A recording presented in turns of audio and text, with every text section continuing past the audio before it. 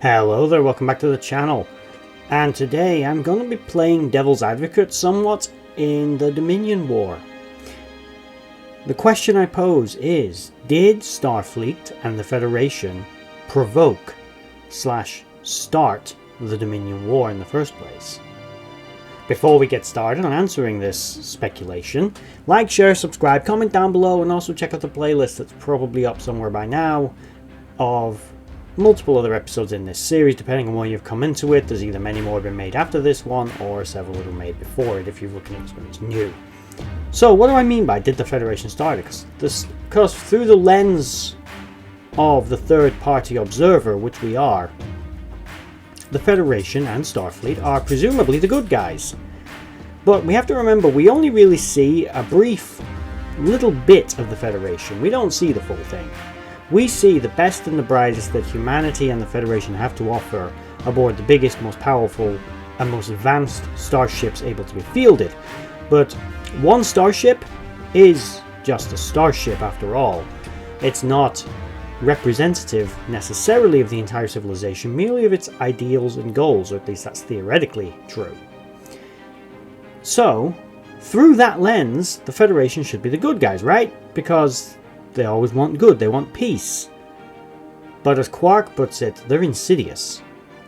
It doesn't necessarily taste good, but you drink enough of it, and you start to like it. So, the Federation, although not necessarily a hostile power, can be arrogant. It can be selfish. It can look at itself and go, look at what we've done, and look what you're doing, we're better than you. That may be a harsh generalization. But the Federation that encountered the Dominion had just come out of a 60-year-long golden age. Yeah, it was starting to be broken up a little bit by contact with the Borg, the resurgence of the Romulans, etc., etc., but nonetheless, Starfleet had this superiority complex. Now, it's not the first time in their history Starfleet would not necessarily wage unprovoked conflict. I don't believe that Starfleet in any way was directly trying to provoke the Dominion to a conflict. That's not what I mean. I mean, could it have been avoided if Starfleet had simply stuck more to its principles and less to basically what it believed was the right course of action? Look at it from another perspective. Let's look at the microcosm of the USS Odyssey, the incident where the first major Federation vessel entered the Gamma Quadrant, which again is slightly weird in and of itself that an entirely new quadrant of space wasn't being explored by fleets of these frontline starships.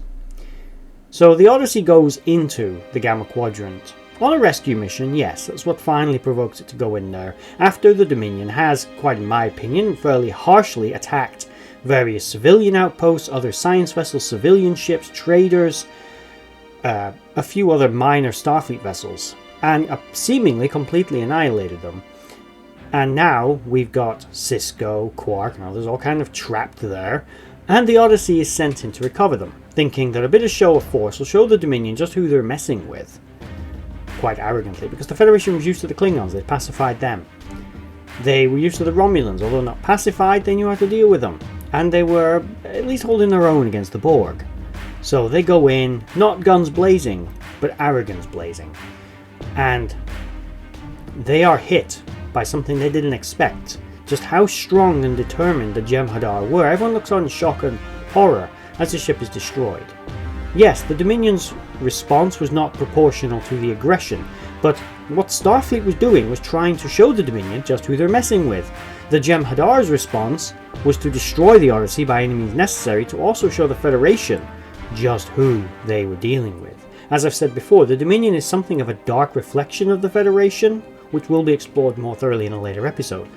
So looking at this, should Starfleet have sent the Odyssey in? I would argue probably not. They probably shouldn't have sent the Odyssey into the Gamma Quadrant, because ultimately the Dominion and the Gamma Quadrant as a whole was an unknown entity. A fully unknown quantity, but has shown itself to be extremely hostile and very dangerous. Not the kind of enemy to be taken lightly. And look at it another way. Would they have thought to themselves, you know, things are a little rough with the Klingons right now, I know. Odyssey, fly in, maximum warp, deep into Klingon territory, push your way all the way to Kronos, and give Chancellor Gowron a good stern talking to? I don't think they would. But they felt entitled enough to enter another region of space. Now, Starfleet's point of view was they're not going to stop us exploring the Gamma Quadrant. But the Gamma Quadrant, at least that region of it at least, was claimed by the Dominion. Something Starfleet had begun to determine over the last 2 years by this point, of pretty much poking their noses in. And by this point, that's more than enough time for an organisation like Starfleet to have learnt enough about the Dominion to know that maybe don't push. Just take your time, get to know them. Or avoid them. So the question is, did Starfleet start the conflict? In a way, yes, because the Dominion, albeit an inappropriate response to the situation, massacred civilians, gave them a severe bloody nose, and attacked in what was considered in many ways to be unprovoked. But if you look at it from the Dominion's point of view, you had a hostile, seemingly alien power belligerently and arrogantly proclaiming that they were going to enter your space, establish colonies, begin mining worlds that you already own, begin trading with races that you have subjugated, which, yeah, that's bad, but they just decide this. They don't consult you, they don't ask, they just do it. And you don't really know anything about them either, which is why the response was so aggressive. They didn't send in the Vorta first like normal, they just sent the Jem'Hadar in, because as far as they could tell, Federation, Klingons, they were dangerous. And the ideologies of the Federation, although generally not warlike, are not exactly friendly to the ideals of the Dominion. So, Starfleet should have handled this situation better.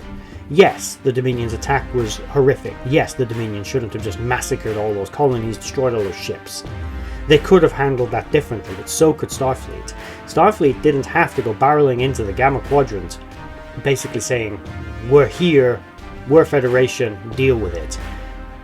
That's not how it works.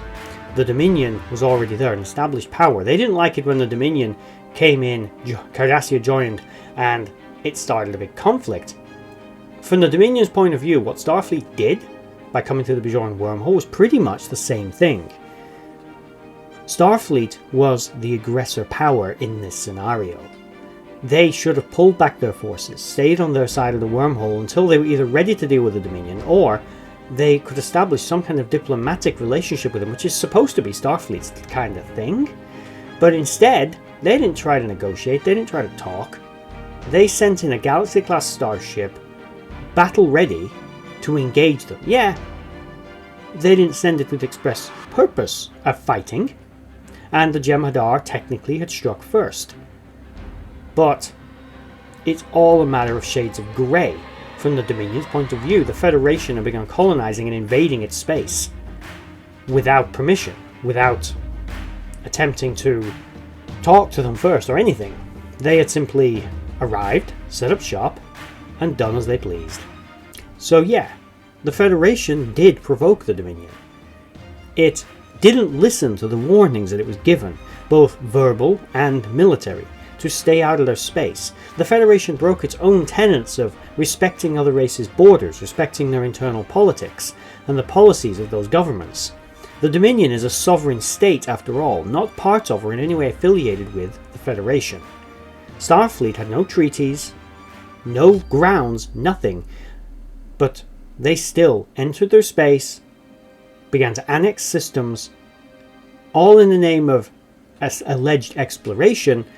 But in many ways, the Federation could be perceived by many powers as an empire in everything but name. It holds a lot of the same sort of principles as an empire. It imposes its will and its laws on other powers, albeit voluntarily, but the similarities are there. It has one large centralized navy/military, and as much as Starfleet likes to call itself a scientific organization, which it is, it does have military aspects. Its whole structure is built around old Earth naval and Air Force military doctrine. Starfleet is a fusion of different organizations, some of which were military. If they were truly a scientific organization and had no interest in war, they wouldn't put phasers on their ships whatsoever, and they'd just run away from danger every time they saw it.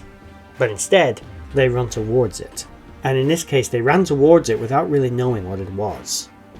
And the Dominion turned out to be a much harsher and more aggressive enemy than what they were used to. This was more like when Starfleet first met the Romulans, where things just evolved faster than they could really anticipate. But back then, at least they had time to learn who the Romulans were. They had allies. The Dominion denied them those strengths, those alliances, but they, at the same time, they did push. And the Dominion pushed back. It's simply what Starfleet wasn't expecting. And we're used to having things their own way. 60 years of peace, 60-year-long golden age. The Romulans in isolation, the Klingons pacified, for lack of a better word, the Federation expanding in all directions, and Starfleet able to build these floating palaces in space we now know as the Glass Cannon Galaxy-class starship. But that's my speculation on this. Let me know what you think in the comments below. Did Starfleet provoke the Dominion? Did it ultimately, with its actions and its arrogance and its self-belief that it had the right to simply enter another quadrant of space, a specific region, mind you, it's not like they could fly in other ways. The wormhole exits in one specific place. They'd enter this quadrant, which was already claimed, that region of space, by somebody else, violating their territory, annexing their systems. Now, forgetting all the massively overreaction of the Dominion to this incursion, could Starfleet have simply dealt with this a little better? If this had been the Cardassians, I mean, they signed away whole colonies to the Cardassians when this similar thing happened there. But here, we see that they keep going. They keep pushing. Even after the Dominion has turned around and said, get out. Leave us alone. So, what do you think? Let me know in the comments below, and like, share, subscribe, and that's the end of this video. I'd just like to say a thank you to everyone for watching that video. I hope you enjoyed it. I really enjoy making these. If you did enjoy it, please consider giving a like, share, and a subscribe, and maybe checking out the other videos on the screen right now, and in the description box below there are links to my other social media accounts.